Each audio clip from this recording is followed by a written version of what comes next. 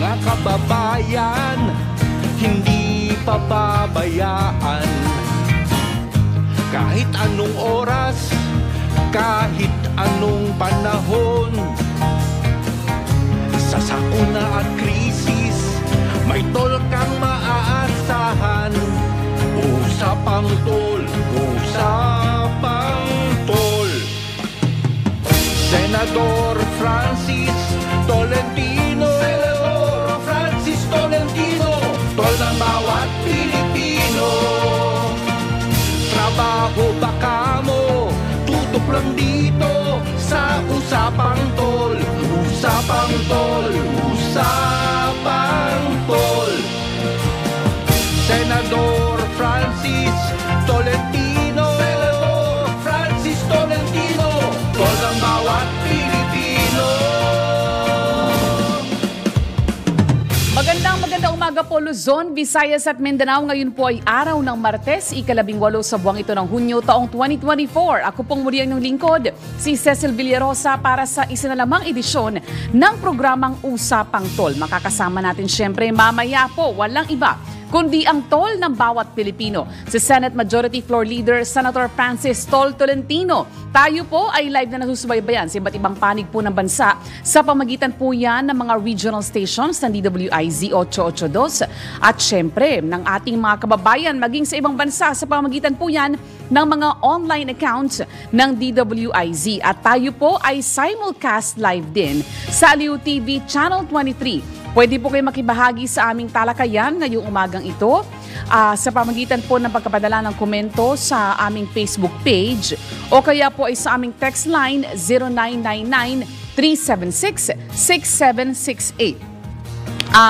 Ngayong umaga po ang ating tatalakayin may kinalaman pa rin po doon sa sektor ng agrikultura. No? Malaman natin merong isang grupo ng mga magsasaka na nagsusulong ng pag-amyenda sa Rice Tarification Law at kanila pong sinusuportahan yung pagbabalik ng kapangyarihan sa National Food Authority na bumili ng bigas, na mag-import ng bigas at ibenta ito sa merkado. No? Yan ang kanilang paniniwala para matugunan yung mataas na presyo ng bigas. Pero alam niyo, nakakabahala mamailalahad namin yung detalye kasi merong report yung US Department of Agriculture. Pilipinas yung nangunguna o nagbabadya pa ring manguna bilang isa sa mga bansa na may pinakamataas na importasyon ng bigas. Yun. Kaya po, hindi nakakapagtaka yung report nung mga nakaraang buwan ng Philippine Statistics Authority, no? Yung nakikita nilang dahilan ng pagtaas ng presyo ng bigas ay yung mataas na presyuhan sa world market. Kasi nga po tayo po ay nag-aangkat ng bigas, bulto ng ating supply ng bigas ating inaangkat. So apektado po talaga tayo pagka mataas po ang presyuhan ng bigas sa world market. Sa harap po niyan, titingnan na rin natin ano ba yung naging assessment no nung at least first 5 years ng implementation ng Rice Tarification Law. Yan po ang ating tututukan ngayong umagang ito. Samantala, magtungo po muna tayo sa ating mga headline. Mga malalaking balita, pinag-uusapan, mga balitang bagong-bago sa DWIZ Headlines. Sa ulo ng ating mga nagbabagang balita ngayong araw ng Martes, ika-18 sa buwang ito ng Hunyo taong 2024, taas presyo sa produktong petrolyo ipatutupad ngayong araw. DWIZ Balita. Pilipinas nangunguna pa rin bilang global rice importer ayon po yan sa USDA. DWIZ Balita. Tubig sa mga dam, mababa pa rin sa kabila ng nararanasang mga pag-ulan ayon po yan sa Task Force El Nino. DWIZ Balita. 21 Pilipinong tripulante na nailigtas mula sa mga rebeldeng Houthi na kabalik na ng bansa. 13 OFW na namatay sa sunog sa Kuwait na iuwi na rin. DWIZ Balita. At 3 milyong mga Pilipino mayroong scoliosis. Mga balitang updated, mga isyong updated, mga komentaryong updated sa Usapang Tol, kasama si Senator Tol, Senator Francis Tolentino, Tol ng bawat Pilipino, at Cecil Villarosa. Sa detalye ng ating mga balita, ang latest po mula sa Filipino Mirror, umarangkada na ang panibagong taas presyo sa mga produktong petrolyo. Ayon sa mga kumpanya ng langis, 85 centavos ang itataas ng presyo ng kada litro ng gasolina, habang 1 peso and 90 centavos naman ang price hike ng kada litro ng kerosene at 1 peso and 75 centavos ang iaakyat ng presyo ng kada litro ng diesel. Paliwanag ang Department of Energy, ito ay dahil sa inaasahang mataas na demand mula sa Estados Unidos at Organization of Petroleum Exporting Countries. Dagdag pa ng DOE, kabilang din sa dahilan ang mas malaking ibinagsak na inventaryo ng krudo ng United States at kawalang katiyakan sa timing o tiyempo ng US Federal Reserve sa pagtapyas ng interest rate at mas mababang export ng Saudi sa China. DWIZ Balita. Tanggap po tayo ng pag-uulat mula sa labas ng himpilan. Ang presyo ng mga produktong petrolyo mananatiling taas-baba ayon sa pamahalaan. Detalye ng report mula kay Gilbert Perdes. Gilbert? Asahan pa rin daw ang volatility o pagbabat pagtaas sa presyo ng produktong petrolyo sa mga susunod na linggo. Sinabi ito ni Director Rino Abad sa harap na rin ng muling pagtaas ng presyo ng mga produktong langis. Sa bagong Pilipinas ngayon, public briefing, sinabi ng opisyal na dahilan nito ay ang natanggal na ng OPEC Plus ang oversupply, kaya balansyado na raw ang supply and demand ng krudo. Tinukoy pa ni Abad na ang mga pangunahing factor daw sa volatility ng presyo ng langis ay ang desisyon ng OPEC Plus sa produksyon na hihintayin pa hanggang Oktubre ngayong taon, at ang US interest hike ng susunod na review ay mangyayari naman sa Disyembre ngayong taon. Patrol 13, Gilbert Perdes para sa Himpilang May Todong Lakas. DWIZ, nagbabalita ng tama, naglilingkod ng tama. DWIZ Balita. Sa iba pang mga balita, nagbabadyang manatili bilang nangungunang global rice importer ang Pilipinas ngayong taon at sa susunod na taon. Inaasahan ng United States Department of Agriculture na aabot sa 4.6 milyon na metriko tonelada ang iaangkat na bigas ng bansa sa taong ito, na may karagdagang pagtaas sa 4.7 milyong metriko tonelada sa 2025. Ang mga bilang na ito ay kumakatawan sa isang pataas na rebisyon mula sa mga naunang pagkataya ng USDA noong Mayo, kung saan naabot sa 4.1 million metric tons ng imported na bigas para sa taong ito at 4.2 million metric tons para sa 2025. Ibig sabihin, tumaas yung naging estimate, no? Yung naging forecast ng USDA. Ayon pa sa nasabing ahensya, nauugnay sa mga pinababang taripa sa kalakal ang pag-akyat sa pagkonsumo ng bigas. DWIZ At least yung pag-angkat ng Pilipinas ng bigas, ano? Pero mamaya po makakaparingam natin yung yung Federation of Free Farmers. Yan, malaman natin sa kanila kung ano yung kanilang panig, no, dito sa issue ng amyenda sa rice tarification law. Kasi ang kanilang binabanggit, kung mag-aangkat ng bigas, kung ibabalik ang power to import and to sell ng NFA, dapat ang malinaw na ang magbebenepisyo yung mga mahihirap. Samantala sa iba pang mga balita, mga nananatili pong mababa yung level ng tubig sa mga dam. Yan po ay ayon sa task force. Ayon po kay Task Force spokesperson at PCO Assistant Secretary Joey Villarama, sa kabila nga po ng naranasang mga pag-ulan sa bansa, nananatili umanong nasa extreme o mas mababa sa minimum operating level ang antas na mga tubig sa mga dam. Sa kabila nga po yan ng mga pag-ulan at ng pagdaan ng bagyong Aghon. Una nang sinabi ng Pag-asa na hindi pa magiging madalas ang mga mararanasang pag-ulan kahit tapos na ang El Nino at nasa neutral phase na ang panahon. DWIZ Balita. Nakabalik na ng Pilipinas ang 21 Pilipinong nakaligtas sa pag-atake ng Houthi rebels habang naglalayag sa Red Sea. Sinalubong ng mga opisyal ng Department of Migrant Workers at Department of Health ang mga umuwing Pilipino. Samantala, nabatid na pinaghahanap pa rin ng isang Pilipino na may ranggong second engineer na nakaposte sa engine room nang maganap ang pag-atake. Ayon kay MV Tutor Captain Christian Domarique. Agad nilang hinanap ang engineer, ngunit hindi ito agad nakita dahil sa laki ng barko na may 5 palapag. Biyernes na maglunsad ng rescue mission ng International Forces para mailigtas ang mga na-stranded na marino. DWIZ Balita. Latest mula sa Filipino Mirror, dumating na sa bansa ang mga 13 Pilipinong namatay matapos ang sunog sa isang residential building sa Kuwait. Ayon sa Department of Migrant Workers, pasado 4:00 ng hapon nang makarating sa cargo terminal sa Parañaque City ang katawan ng mga biktimang Pilipino.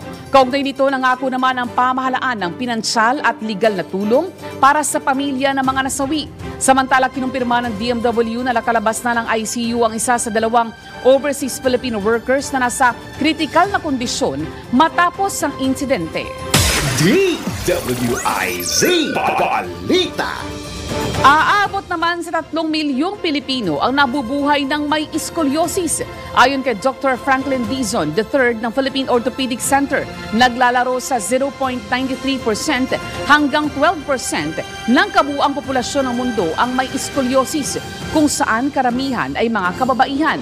Sa kabila nito, maaari namang ma-improve ang kalagayan ng mga pasyente at hindi mauwi sa operasyon kung maaga yang magagamot. Dahil dito, hinihikayat ni Dizon ang publiko na agad magpa-check up kung nagkakaroon ng early signs ng scoliosis gaya ng hindi pantay na balikat, abnormal posture at hindi pangkaraniwang bukol. DWIZ Balita. Ayun yung binabanggit po nating issue, no, kaugnay nung pag-aangkat ng bigas ng bansa. Kasi sa ilalim po ng isinusulong na pagbabago, ibababa from currently, nasa 35% po yung ipinapataw na taripa sa mga imported na bigas. Pero yan ay layong pababain sa 15% dahil ang tansya po ng gobyerno posibleng bumaba sa 7 piso. Posibleng bumaba ng at least 6 to 7 pesos yung presyo ng bigas sa bansa.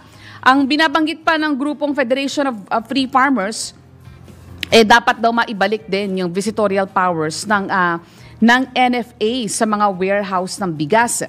Isinusulong din po sa amyenda ng Rice Tarification Law yung itaas daw dapat yung Rice Competitive Enhancement Fund.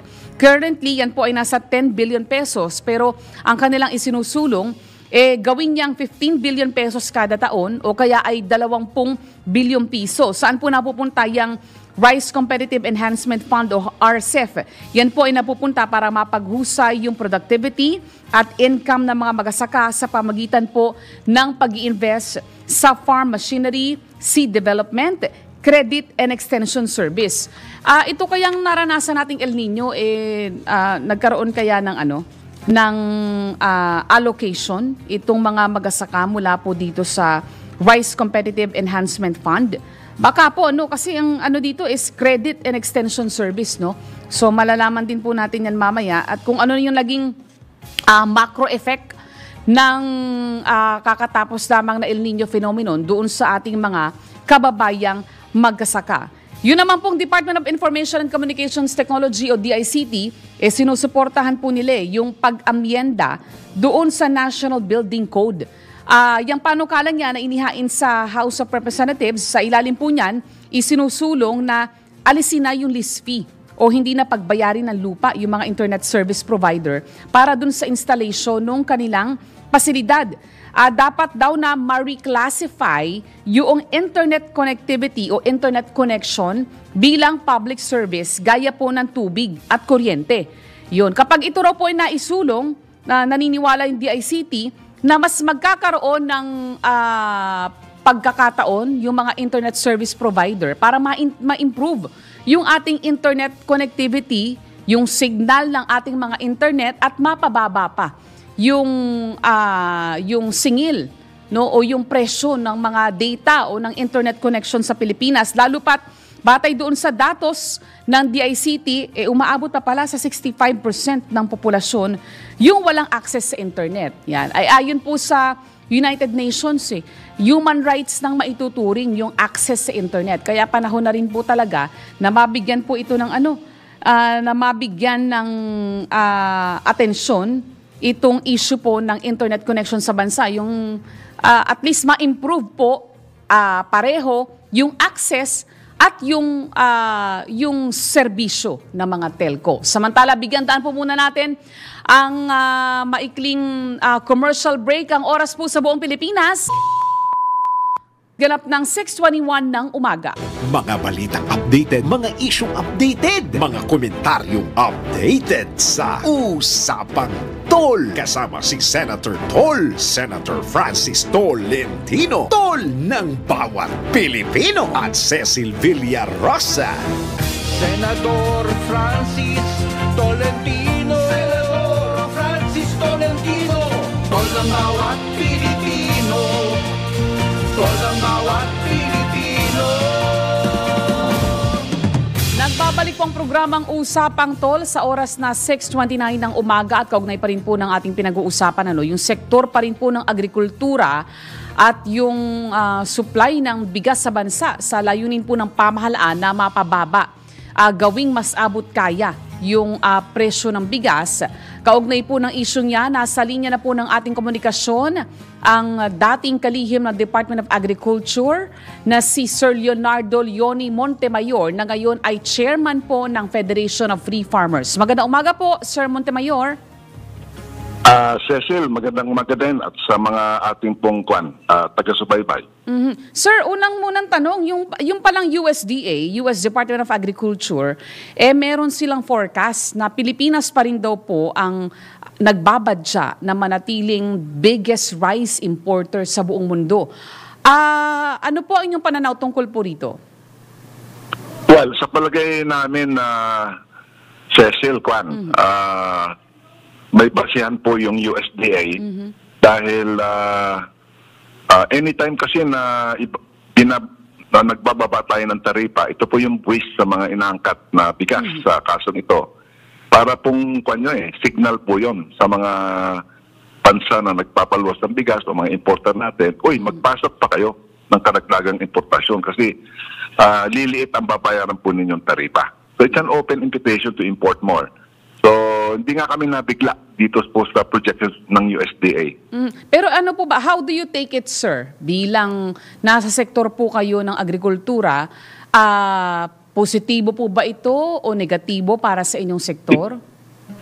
Siyempre, Cecil, negative to kasi unang-una, nakakahiya ito, di ba? Primarily agricultural producing country tayo. Tapos palaki ng palaki yung inaangkat natin to the extent na we're again the pinakamalaking importer po ng bigas sa buong mundo. Ngayon, sa parte ng magiging tama nito sa ating mga magpapalay, number one, Cecil, yung liliit po yung nililikom po ng Bureau of Customs sa mga imported na bigas. Yung tinatawag po na Rice Competitiveness Enhancement Fund, RCEF. Ito kasi taon-taon ginagamit po ito for different purposes, mga pamamahagi po ng makinarya, etc. At saka yung sumusobra po sa 10 bilyong piso na nililikom ng Bureau of Customs, napupunta po yan doon sa tinatawag na Rice Farmers Financial Assistance Program. Ito po yung taon-taon nagbibigay po pamahalaan natin ng 5,000 piso bawat rice farmer. Malaking tulong po ito kasi lalo na itong nakarang mga buwan, tumama po yung El Nino, limitado po yung pondo ng ating pamalaan. So kahit paano po, nakamenos po sa hirap po ng ating rice farmer. So liliit po yan. Ito pong mga programang ito, liliit. Siyempre, militan mo yung taripa na source, liliit po talaga yung magiging ayuda rin sa ating mga magsasaka. Apo. Sir, kasama na po natin ngayon, Sir Montemayor, si Senator Tol. Morning. Good morning, Good morning. Montemayor. Nakikinig po ako at sinusubaybayan ko itong inyong talakayan. At siguro, ang isa sa mga nakikita ng pamahalaan ngayon sa nag-propose nito ay yung paano ang gusto mapababa talaga yung presyo sa merkado. Doon sa palengke mismo, hindi na yung general market ng pinag-uusapan, yung nabili ng kilo-kilo araw-araw sa mga pamilihang bayan natin. Yung po ang purpose nito. So, Mr. Montemayor, sa ngayon kayo dito na na ilipat, bigyan uli ng ngipin ang ating National Food Authority? Opo, magandang umaga, Senator Tol.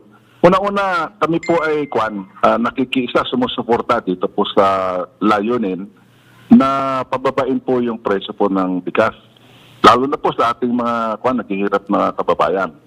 But ang mabigat pong tanong ngayon ay ito po bang panukalan na, kasi panukala pa po yan, wala pang executive order, na tapisan po yung taripa ng ibababa po from 35% to 15%. Yan ba ay magdudulot po yan ng lower prices of rice at the retail level? Kasi that's tantamount to about sa tinatawag po na landed cost. Ito po yung ito po yung gastos ng isang importer, yung cost, insurance, saka freight. Tapos pinapatawan po yan ng taripa. Totoo po na bababa po at the landed cost level yung halaga po ng importasyon to around 7 pesos per kilo. Pero ang malaking tanong, Senator Tol at Cecil, yan ba ay isasalin po, lalo na po ng ating mga importer, wholesaler, all the way to the retailer, yan ba ipapasa po sa ating consuming public at also 7 pesos per kilo? So, duda po kami na yan po yung mangyayari dahil base na rin po sa naging karanasan po natin over the past 4 years. Hindi po ba binaba po yung taripa sa bigas from non-ASEAN countries? Ganon din po sa baboy at saka sa mais and even chicken, binaba po yung taripa. Hindi naman po nagmura itong mga produktong ito na binibili po sa ating mga palengke. So what is to assure us, especially yung ating pong consuming public, na the same will happen pagka binaba po yung taripa sa bigas to 15%. Mm-hmm. Sir, meron din po kayong panukala na ibalik po yung kapangyarihan ng NFA na magsagawa po ng visitorial and inspection, ng pag-inspeksyon sa mga warehouse po ng bigas? Opo, pabor kami dyan kasi considering na ang bigas po natin ang pinakamahalagang commodity, no? It's not only the most important food item, but it's also a very sensitive political item. Hindi ba, Senator Cecil? So, bakit po tinanggal natin through the rice tariffication law yung kakayahan po ng pamahalaan natin? Unang-una po, hindi alam po ng pamahalaan yung eksaktong inventory po o supply ng bigas na hawak po ng private sector. Kasi tinanggal po yung kapangyarihan ng NFA dati na dapat may nakarehistro po yung mga bodega. Hindi ho ba sa sino-sino yung may-ari niyan, etc. Tapos, anytime ang NFA pwedeng inspeksyonin po yung mga funded warehouses halimbawa ng bigas. So, mati-check po nila yung actual po na sitwasyon with respect to supply of bigas. Ngayon, wala po yun eh. So, nangangapa po tayong lahat, pati po yung Philippine Statistics Authority, maraming nag-question, tama ba yung datos ng PSA? Kasi wala tayong actual physical capability through the NFA before to inspect. At saka, totoo pang may hoarding. At saka, profiteering. Again, if you don't see the actual stocks, medyo hinuhulaan lang po natin eh. So, it's very important for government to have that information and that capability. I remember before, Senator, pati yung pwedeng magsara po ng bodega yung NFA. Pag nakikita nila, may violation po ng mga regulations po. Oo. Tama. Siguro isa sa mga, Mr. Montemayor, isa sa mga napag-usapan at hindi pa napapag-usapan dito, yung nagbago ata ang projection ng Department of Finance. Una, ang sinabi nila, pag nagkaroon ng rice tariff reduction, ang kabawasan sa national government in terms of revenue ay 10 billion pesos a year. Ngayon naman parang lumalabas na 22 billion pesos na a year. So nakikita nyo dito paano balansin ito. Medyo mahirap na palos na doble na yung makawalan ng ating na Department of Finance, Mr. Montemayor. Opo, well, first of all, marahil kasi nung unang estimate ni Secretary Tulfo, Secretary Recto, na 10% ang mababawas po sa koleksyon ng Bureau of Customs. At that time po siguro hindi pa nila na-input itong projections po, kaya ng projection ng USDA. So lumaki. Lumaki po yung potential po na importation. So, siyempre, liliit po yung total na mawawala po collection. That's why I think they adjusted it from 10 billion to 22 billion pesos. So, ganyan po. So halos na doble. So halos na doble. At paano ngayon mapupunuan yung, di ba ho, may nabawa, kung na doble yan, may magiging kakulangan in terms of financial muscle ng ating pamahalaan. Opo. Tama po yung Senator Tol. Kaya ang sabi namin, ang mungkay namin kanila Senator kay Secretary Recto at saka kay Secretary Chu Laurel ng DA, dapat po hanapan po ng ibang sources itong mawawala na tariff revenue. I don't know kung manggagaling po yan sa GAA. Kasi wag naman po natin isakripisyo yung kapakanan ng ating rice farmers dito po sa pagbaba po ng taripa for the benefit of for the public. Yun po ang approach namin. Hanapan po ng kapalit nitong loss in customs revenue. Cecil, meron ka pang tanong kay Mr. Montemayor? Okay na po ako on my side, Senator Tol. So mahaba pa Senator, ito, Mr. Montemayor, madagdag ko lang po isang punto. pa nga Senator, kung pwede isang punto ng Senator, nangangamba rin po kami siyempre sa impact po nitong tariff cut sa presyo po ng palay. Especially sa last quarter po ng taon kung saan magkakaroon po ng malaking ani. Malaki po magiging masamang impact po in terms of the lowering of the palay price at syempre apektado po syempre yung kita rin ng ating mga magsasaka. Ayan, maliwanag ngayon. Mr. Montemayor, maraming salamat sa pagpapaunlak sa imbitasyon namin ngayong umaga. At huwag kayong magsasawa. Panaka-naka, itatawagan din namin kayo ng, alam naman namin maaga kayong gumising, tatawag-tawagan din namin kayo, Mr. Montemayor. Salamat din, Senator Tol at saka Cecil. Thank you very much. And anytime po, handa po kaming makipag-line sa inyo.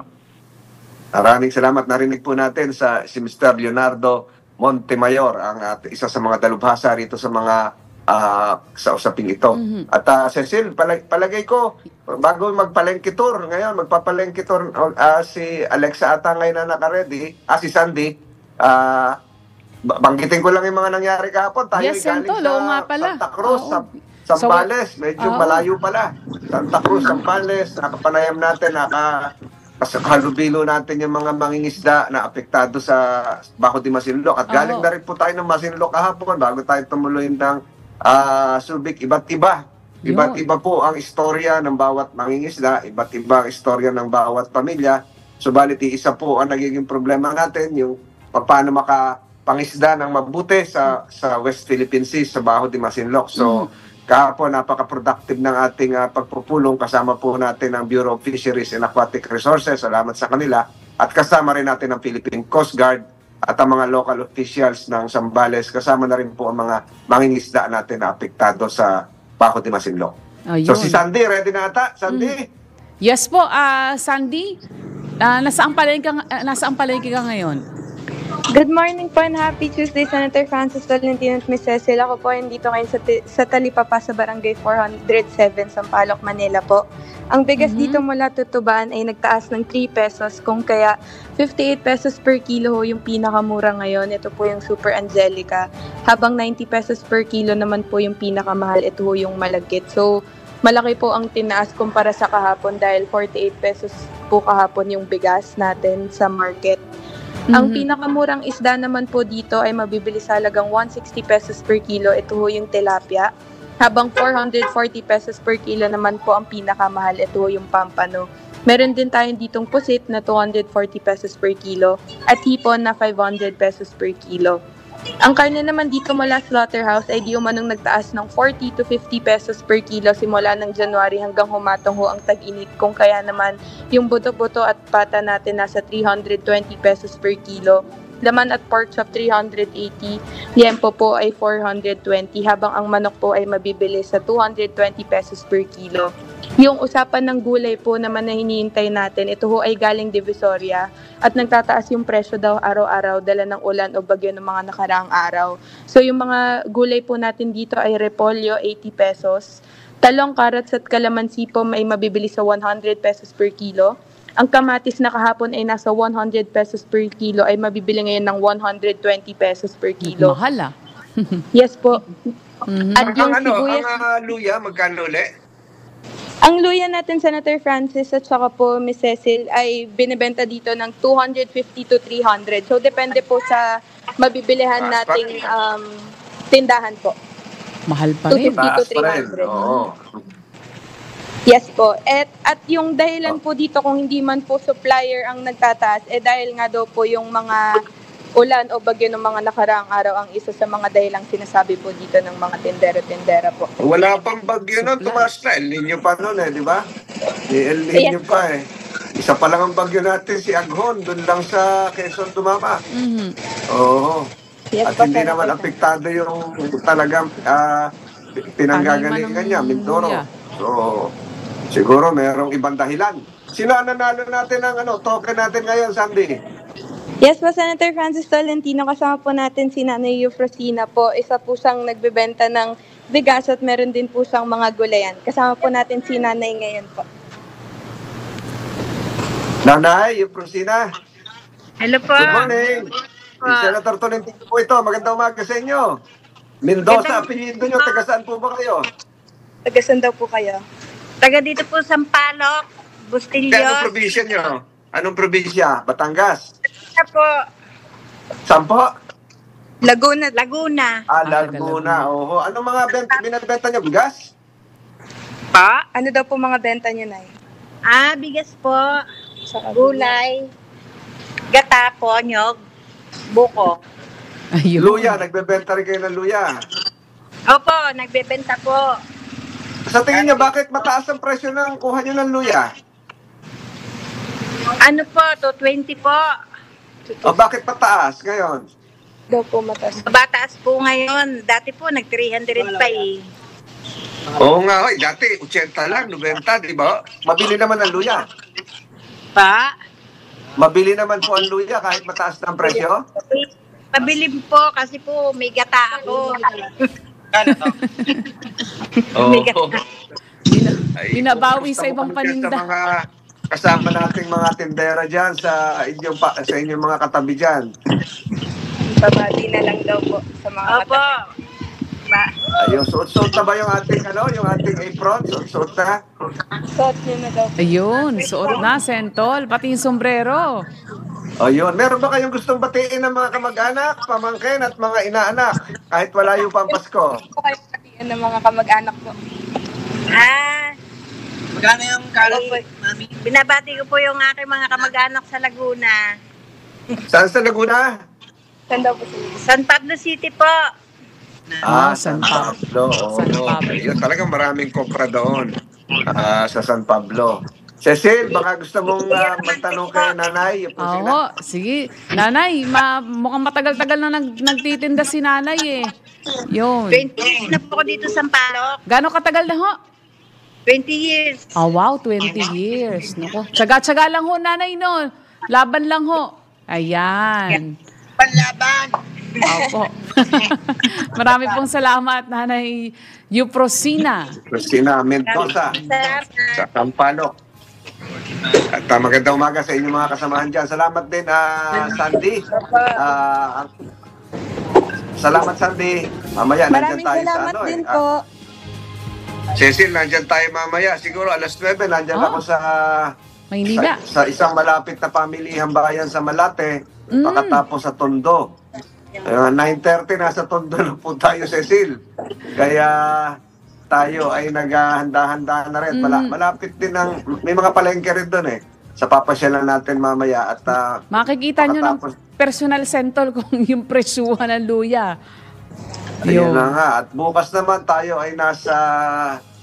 Saan ba tayo bukas? Speaker ako sa graduation bukas sa isang university sa Siquijor. Siquijor naman. Negros Island Region. Bahagi ng Negros Island medyo Region. palayo na tayo ng palayo bago tayo tumulak ng Zamboanga City. Ayun. So ang oras natin ay 6:48 at wala pa tayong balita ngayon natin natatanggap. Cecil, meron ba kanina patungkol doon sa nangyari sa sa West Philippine Sea. Ayan ang isa sa ating inantabayanan kasi nagsagawa pala Sentol ng maritime activity sa Zambales. Karagatan ng Zambales yung Pilipinas, US, Japan at Canada. Pero meron tayong matatanggap na balita Sentol mamaya pagbalik natin after commercial break mula sa Paris, France. Yung ginagawang preparation doon para sa Olympics next month, Sentol. Ang alis ng ating mga atleta ay sa June 22. Ang alis nila, lahat ng pupunta sa Paris, France ay sa June 22. Ang alis nila ay alas 4 ng madaling araw. Sabay-sabay sila. Ayun, kasama ang Philippine Olympic Committee, si Abraham Tolentino. So sabay-sabay sila pagpatulak na ng Paris, France. Ang biro ko nga ay magbaon ng mga pagkain Pilipino kasi matagal-tagal din silang hindi makakatikim ng lutong Pinoy. So siguro dapat magbaon ng kaunti pero bawal magdala ng pagkain po. Siguro yung hindi mawawala ng atleta natin na magaling magluto. Kaya lang ang problema, marami tayong kasamang nutritionist kasi high value competition na ito eh. Hindi po pwedeng kumain ng sobrang ganito, protein, sobrang carbohydrates. So balansyado ito eh. Kaya gustuhin man nilang kumain ng menudo, adobo at kung ano-ano pa, ay merong limitasyon. Kaya talagang content is yan dahil Olympics ito, pinakamataas na ito eh. So, ang alis nila ay sa June 22. Sabay-sabay po sila. So, oras natin, alas 6:50 na umaga. Mga balitang updated, mga isyong updated, mga komentaryong updated sa Usapang Tol. Kasama si Senator Tol, Senator Francis Tolentino, Tol ng bawat Pilipino, at Cecil Villarosa. Senator Francis Tolentino, Senator Francis Tolentino, Tol ng bawat Pilipino, Tol ng bawat Pilipino. At ito na, Sentol, yung ating inaantabayan ng update sa paghahanda sa 2024 Olympics.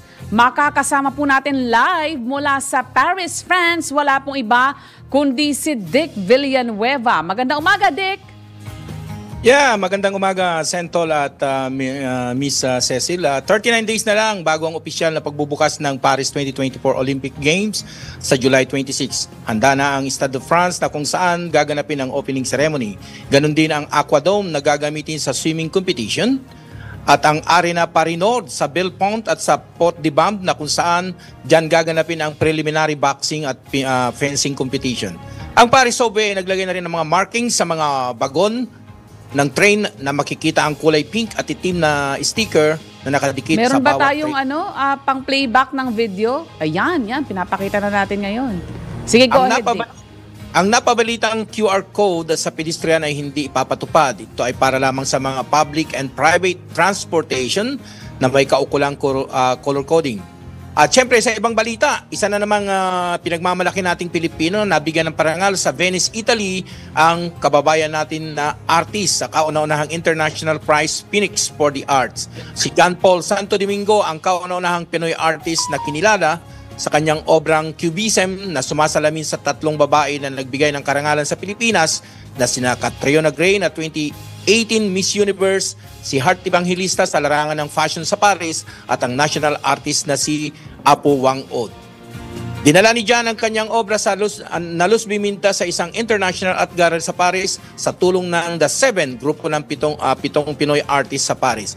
Ipinaabot din niya ang kanyang pasasalamat kay Senator Francis Tolentino. Sentol, prepared na si Dick sa ano? Pwede ba tayong gumawa ng special edition bukas? Pwede ka pa bang gumising na maaga? Kasi mahaba-haba ito, maiksi na lang oras natin. Isasama natin ang Philippine Olympic Committee at pag-usapan natin yung actual games na. So kung kaya mo bukas ng mas maaga, kahit siguro mga 6:30, haba-habaan natin yung section na ito. Para na sa ganun, 4 na tayo nag-uusap. Yung expectation ng ating mga kababayan dyan, ilan naman yung atletang darating, saan sila papunta para iisang tahi na lang ng ating istorya kasi kinakapos tayo sa oras. Okay ka rin bukas, Dick? Walang problema po, Sentol. Ayan, nandiyan ikaw ang gagawin namin, yan din ang gawin mong background bukas para mas maganda. Kung kaya. Andiyan yung 3 rings ng Olympics na kumukuti-kutitap. Nasa Ayun. Eiffel Tower na. At saka, Oh, sige. meron tayong sombrero. Binigyan na tayo ng original na cup ng Paris 2024 Olympics. Sana magkaroon kami ni Cecil lang ganyan. So bukas tawagan ka uli namin. Sige. Dick, maraming salamat. At Wala bukas pong ng problema. umaga, ikaw din ang aming i-on deck. Maraming Yun. salamat para mahaba-haba yung ating kwentuhan tungkol sa Paris Olympics. Wala po sa Paris, ito po si Dick Villanueva, nagbabalita ng tama, naglilingkod ng tama ng DWIC 882. Maraming salamat, Dick. So siguro, Cecil, ihanda natin si Dick bukas mga Yes, 6:30 para mahaba-haba yung Yes, Sentol. usapan natin. Aha. Kanya na lahat yung oras na yun. At Aha. ikaw ngayon ay mananalangin na. Opo, yes, Sentol. Manalangin ka ngayon, Cecil. Bago tayo tuloy magpaalam, narito po muna ang importanteng mensahe mula po kay Sir D. Edgard Cabangon, ang chairman ng Aliw Broadcasting Corporation. Family and friends are two of life's best treasures. Material wealth comes and go. Honor and success may give you certain pleasures, but with loving family and loving friends, life is beautiful. So let this day bring you new freshness, new confidence, and abundant blessings. Think good, thank God, thank God. Have a great day ahead. God bless us. Sir Sol, maraming salamat at makikita-kita po muli tayo bukas sa Usapan Tol. Salamat po sa mga sumubaybay. Ito po si Senator Francis Tolentino. Sa mga kaibigan natin sa Tondo, Manila, nandyan po ako ngayon ng alas 9 ng umaga at magkikita-kita rin tayo dyan sa Malate. Maraming salamat po at hanggang bukas, araw ng Miyerkules. Ito po si Senator Francis Tolentino. Ako naman po ang inyong lingkod, Cecil Villarosa, ang tabayanan ng susunod na programang Pasada Balita. Kasama si Kuyang Johnny Bañez. Senador Francis Tolentino, Senador Francis Tolentino, tol ng bawat Pilipino, tol ng bawat Pilipino. Trabaho ba ang hanap mo? Mga isyung napapanahon, opinyon at diskusyon, turismo, negosyo, isang oras na hitik sa impormasyon. Ang bawat umaga mo, magbabago sa Usapang Tol. Kasama sina Senator Francis Tol Tolentino at Cecil Villarosa. Lunes hanggang Biyernes, alas 6 ng umaga, dito lang sa DWIZ. Nagbabalita ng tama, naglilingkod ng tama. Tol ng bawat